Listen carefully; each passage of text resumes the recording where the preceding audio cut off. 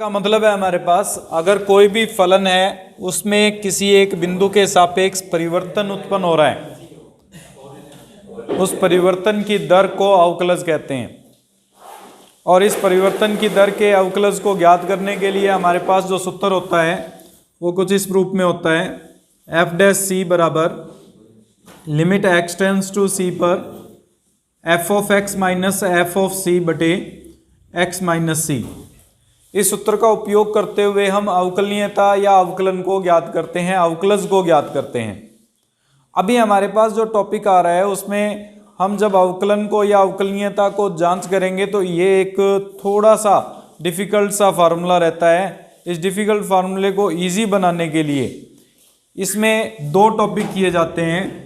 एक वक्र दे दिया जाए एक्स एक्स और वाई एक्स के मध्य कुछ इस प्रकार से, इसमें यहाँ पर एक बिंदु x बराबर c दे दिया जाए तो x बराबर c के सापेक्ष इसमें जब छोटा सा अंतर हम c माइनस एच और एक अंतर यहाँ पे जो c प्लस एच लिया जाता है, इन c माइनस एच और c प्लस एच के सापेक्ष इस फलन में क्या परिवर्तन हो रहा है वो ज्ञात करके देखेंगे।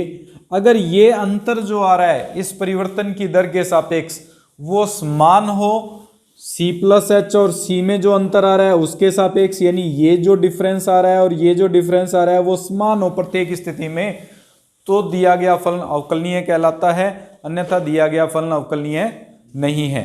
अब ये जो परिवर्तन है उसको दो टॉपिक LHD और RH से व्यक्त करते हैं। लेफ्ट साइड में जो परिवर्तन होगा उसको LHD limit h tends to 0 आसानी से लिखने के लिए c minus H minus F of सी बटे माइनस एच के रूप में लिखते हैं, जबकि RH D के लिए हमारे पास आता है F of C plus H minus F of सी बटे प्लस एच। किसी भी स्थिति में अगर LHD और RH D बराबर हैं तो ही दिया गया फलन एफ एक्स अवकलनीय है x बराबर c पर, अन्यथा दिया गया फलन एफ ऑफ एक्स एक्स बराबर सी पर अवकलनीय नहीं है। ये हमारे पास इसमें टॉपिक है जिस पर बेस्ड हमें एक्सरसाइज करनी है। LHD है उसको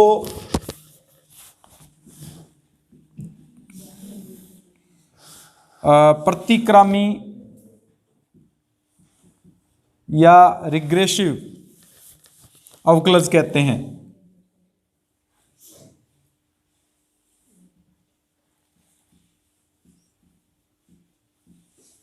और जो RH D है उसको वर्तमान या प्रगामी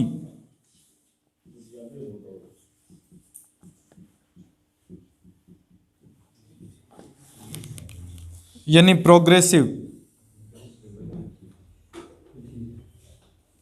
अवकलज कहते हैं। ये दो नाम दिए गए हैं अवकलज के LHD और RH D को। वैसे तो LHD का मतलब होता है वाम पक्षीय अवकलन, RH D का मतलब दक्षिण पक्षीय या हमारे पास इसका जो नाम है दक्षिण पक्षीय अवकलज कहलाता है, लेकिन इसके एक और नाम है वर्धमान अवकलज भी कह सकते हो या फिर प्रगामी अवकलज भी कह सकते हो, और जबकि उसको हम प्रतिक्रामी या रिग्रेसिव अवकलज कहते हैं। नाम है डिफरेंट, नाम चेंज करके आ जाए तो ये नहीं है कि हमने पढ़ा हुआ नहीं है। LHD और RH D इक्वल होने पर ही वो अवकलनीय होगा, जिस पर बेस्ड हमारे एक्सरसाइज के क्वेश्चंस ऑलमोस्ट सारे के सारे डिपेंड करते हैं। उसके बाद में हमारे पास थ्योरम्स आएंगी, जिसमें सबसे पहले थ्योरम है कि दिया गया फलन अगर अवकलनीय है तो वो सतत होना कंपलसरी है, लेकिन सतत है तो वो अवकलनीय हो कोई ज़रूरी नहीं है। ये हम टॉपिक पहले भी कर चुके हैं, लेकिन इसको थ्योरम के रूप में प्रूफ अप करेंगे। तो इसमें हमें ये दिया हुआ है कि कोई भी जो हमारे पास बिंदु है उस पर दिया गया फलन अवकलनीय होता है तो वो सतत होगा, लेकिन अगर सतत है तो अवकलनीय हो कोई ज़रूरी नहीं है। ये सिद्ध करने के लिए माना एक फलन एफ एक्स एक्स बराबर सी पर अवकलनीय है। अगर x बराबर c पर अवकलनीय है तो इसका मतलब f डैश c की जो वैल्यू आएगी वो limit x tends to c f of x minus F of c बटे x माइनस c से व्यक्त की जाएगी। अवकलनीयता की जो परिभाषा आज की है हमने, उसमें दायां पक्ष बायां पक्ष तो बाद में निकाला था, उससे पहले अवकलन, अगर कोई भी फलन अवकलनीय है तो इस परिभाषा को, इस नियम को लागू करेगा। इसका उपयोग करेंगे हम f of x minus F of c की वैल्यू निकालेंगे। हम इस f of x minus F of c को क्या f of x minus F of c बटे x माइनस c गुणा x माइनस c के रूप में लिख सकते हैं। x माइनस c से गुणा और x माइनस c से भाग दे दिया। दोनों तरफ अगर लिमिट ले लें, limit x tends to c, limit x tends to c, तो गुणा का एक नियम किया हुआ हमने लिमिट में कि दोनों के साथ लिमिट अलग अलग रूप में लिखी जा सकती है, अर्थात f of x minus F of c बटे x माइनस c के साथ अलग, और limit x tends to c पर x माइनस c के साथ जो लिमिट होगी उसको अलग लिखा जा सकता है। ये जो मान है वो तो f डैश c को व्यक्त करता है, और यहाँ x की जगह c रख दें तो c माइनस c कितना हो जाएगा, 0। 0 को किसी से भी गुणा करें तो, अर्थात limit x tends to c पर f of x minus F of c की वैल्यू जो आएगी वो 0 के बराबर आ जाएगी, या limit x tends to c पर f ऑफ x का जो मान है वो बराबर आ जाएगा किसके, क्योंकि f ऑफ c चर रहित है हमारे पास, x पर डिपेंड नहीं कर रहा अभी ये मान। अगर x पर डिपेंड नहीं कर रहा तो इस पर लिमिट का कोई प्रभाव नहीं पड़ेगा, इसके साथ लिमिट लिखने की आवश्यकता नहीं है। ये माइनस में इधर जाएगा तो प्लस में बदल जाएगा। अब limit x tends to c पर अगर एफ एक्स का मान एफ ऑफ c के बराबर है, इसका मतलब दिया गया फलन सतत है।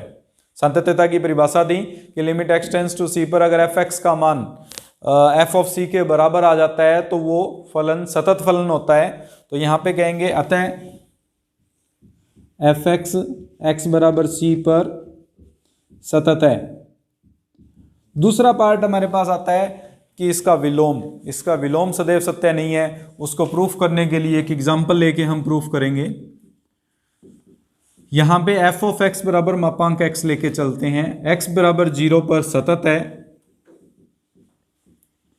अवकलनीयता की जांच कर लेते हैं। अवकलनीयता की जांच करेंगे तो एक तो हमें चाहिए इसमें f ऑफ 0 माइनस एच का मान, जो मापांक 0 माइनस एच आएगा प्लस एच होगा। एक हमें 0 प्लस एच चाहिए, मापांक 0 प्लस एच जिसको हम h लिखेंगे। जब हम एल एच डी निकालते हैं तो वो फार्मूला बनेगा limit h tends to 0 f of 0 minus H minus F of 0 बटे माइनस एच।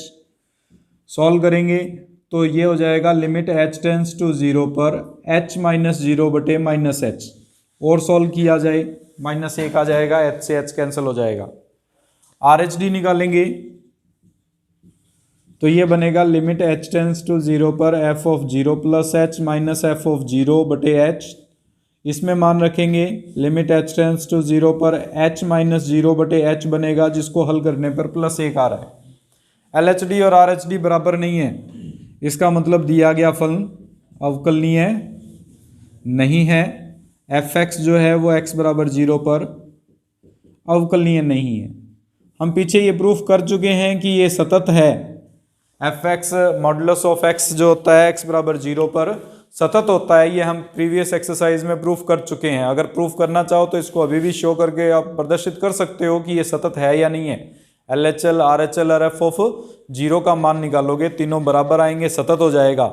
लेकिन ये अवकलनीय नहीं आ रहा। इसका मतलब अगर सतत फलन है तो वो अवकलनीय हो कोई जरूरी नहीं है, लेकिन अवकलनीय है तो सतत होना कंपलसरी है, कंटिन्यूटी होनी उसमें कंपलसरी है। थ्योरम होगी 3.1। तो अवकलन के बीजगणित के बारे में हम बात कर रहे हैं, जिसमें जोड़ घटाव और गुणा और भाग के नियम कर रहे हैं अवकलन के। अगर दो फलन अवकलनीय हैं, उनका योग, उनका घटाव, उनका गुणा और उनका भाग जो है, उसमें अवकलन का नियम किस प्रकार से लागू होता है, उसके टॉपिक को कर रहे हैं। इसमें सबसे पहले फर्स्ट पार्ट को प्रूफ करते हैं। फर्स्ट पार्ट को प्रूफ करने के लिए हमें यह दिया हुआ है कि f और g दोनों x बराबर c पर अवकलनीय है। अगर ये अवकलनीय है तो अवकलनीयता के नियम जो था उसको पालन करेंगे, अर्थात limit x tends to c पर f of x minus F of सी बटे x माइनस सी का जो मान आएगा वो f डैश सी को व्यक्त करेगा। कुछ इसी प्रकार से limit x tends to c पर g of x minus G of सी बटे x माइनस सी का मान भी हमारे पास g डैश सी के बराबर आएगा। हमें इसमें अब पहला जो पार्ट है अर्थात D F plus minus G of C को कैलकुलेट करके देखेंगे कि क्या मान आ रहा है। इसको चेक करने के लिए नियमानुसार x टेंड्स टू c पर हम यहाँ पे लिखेंगे f plus ji of x। एक बार सिर्फ प्लस साइन वाला लेके चल रहा हूँ, माइनस साइन वाला आप खुद अपने आप प्रूफ कर सकते हैं। और यहाँ पे आ जाएगा f प्लस, यहाँ पे x होगा और यहाँ पे f प्लस जी ऑफ सी बटे x माइनस सी का मान निकालेंगे। अर्थात f प्लस जी का अवकलनीयता की जांच कर रहे हैं या अवकलन कर रहे हैं, तो उस स्थिति में f plus ji of x minus F plus ji of C upon x minus C का सूत्र लगेगा। अलग अलग करें तो ये f of x plus ji of x minus F of C minus G of सी बटे x minus C. Limit x tends to c पर f of x minus F of सी बटे x माइनस सी और limit x tends to c पर g of x minus G of सी बटे x minus सी लिखा जा सकता है, जिसको सॉल्व करेंगे तो D F plus ji of C का जो मान आएगा वो F dash C plus G dash C के बराबर आ जाएगा। कुछ इसी प्रकार से जब माइनस का साइन लेके चलेंगे तो ये माइनस के इक्वल आ जाएगा, जो प्रूफ किया जा सकता है, जिसे योग के लिए अवकलनीयता का नियम कहेंगे। उसके बाद में सेकंड पार्ट है, इसमें हमें प्रूफ करना है कि D F into G of C का मान जो है वो F dash C into G C plus F G of C into F dash C के बराबर आएगा। उसको प्रूफ करने के लिए हम यहाँ पे limit x tends to c पर f into G of X minus F into G of सी बटे x माइनस सी को हल करेंगे। इसको सॉल्व करेंगे तो ये पार्ट बनेगा limit x tends to c पर F X into G X minus F C into G C upon X minus C. इसको सॉल्व करने के लिए एक इसमें पार्ट जोड़ देते हैं, एफ एक्स इंटू जी सी जो है वो जोड़ दिया जाएगा और एफ एक्स इंटू जी सी जो है वो इसमें से घटा देते हैं। अब पहले और लास्ट भाग में से कॉमन लेते हैं। अगर इसमें से और इसमें से कॉमन लेंगे तो हमारे पास एफ एक्स कॉमन आ जाएगा, ब्रैकेट में बच जाएगा जी एक्स माइनस जी सी बटे में एक्स माइनस सी अलग, माइनस इसमें से और इसमें से अगर कॉमन लेते हैं प्लस का, लिमिट एक्स टेंड्स टू सी अलग कर देते हैं तो यहाँ पे जी ऑफ सी कॉमन आ जाएगा, ब्रैकेट में बचेगा f x minus F of सी बटे एक्स माइनस सी।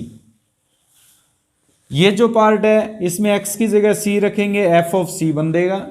और ये जो पार्ट है वो जी एक्स माइनस जी सी बटे एक्स माइनस सी, जी एक्स माइनस जी सी बटे एक्स माइनस सी जी डैश सी को परिभाषित करेगा, प्लस ये जी ऑफ सी है और दूसरा जो पार्ट है वो एफ डैश सी को परिभाषित करेगा, जो कि अवकलन का गुणा का नियम कहलाएगा, जिसमें f गुणा जी अगर आएगा तो f as it is g का अवकलन plus g as it is f का अवकलन को परिभाषित करता है।